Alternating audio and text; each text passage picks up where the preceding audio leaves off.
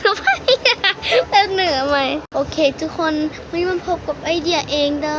เมื่อกี้ขอตัดฉากไปหน่อยหนึ่งเมื่อกี้เปิดตัวทันตั้งตัววันนี้เดี๋ยวจะมารีวิวสลามนั่นเองเด้อทุกคนเจอ EP แรกบอดี้เฮารีวิวสลามโตใหม่วันนี้ก็จะมารีวิวสลามนี่โตเก่าเด้อนี่ทุกคนอาจจะถามว่าไอเดียคือเห็ดหน่อยแท้อ๋อส่วนที่เหลือเอาไปขายเป็นแล้วจ้ามาเริ่มรีวิวกันมีทั้งหมด1 2 3 5 6 7มีทั้งหมด7ชิ้นเดิมมามื้อนี้เดี๋ยวจะมารีวิวแค่3ชิ้นก่อนอันแรกเขาจะรีวิวเป็นสตรอเบอรี่เด้อสลามของไอเดียทุกอันมีซื้อเบิดเลยเด้ออันนี้ก็สตรอเบอรี่เด้อฟังเสียงเด้อ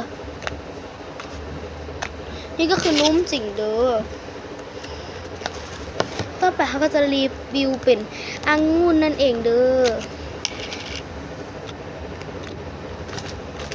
องุ่นนี้ออกจะแน่นก้อนสตรอเบอรี่ในหนึ่งเด้อ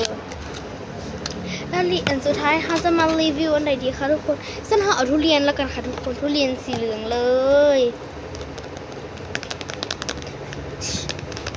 ขอเอสมาก่อนสักครั้งเถอะ2 อันมาบ่ทันได้เอสมาซ้ำอันนี้เหนียวมากนี่ค่ะทุกคนก็ให้เบิ่งความมันยืดค่ะอันนี้คือยืดก้อนหมูค่ะทุกคน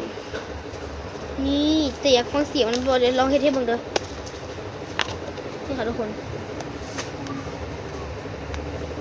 นี่ค่ะทุกคนเสียงมันก็ได้ประมาณนี้เลยเด้อเนี่ยเหนียวติดมือเขาไปเลยทุเรียนเนาะทุกคนใครที่อยากเห็นไอเดียรีวิว4 อันนี้เด้อไปเจอกันใน EP หน้าเด้อบ๊ายบาย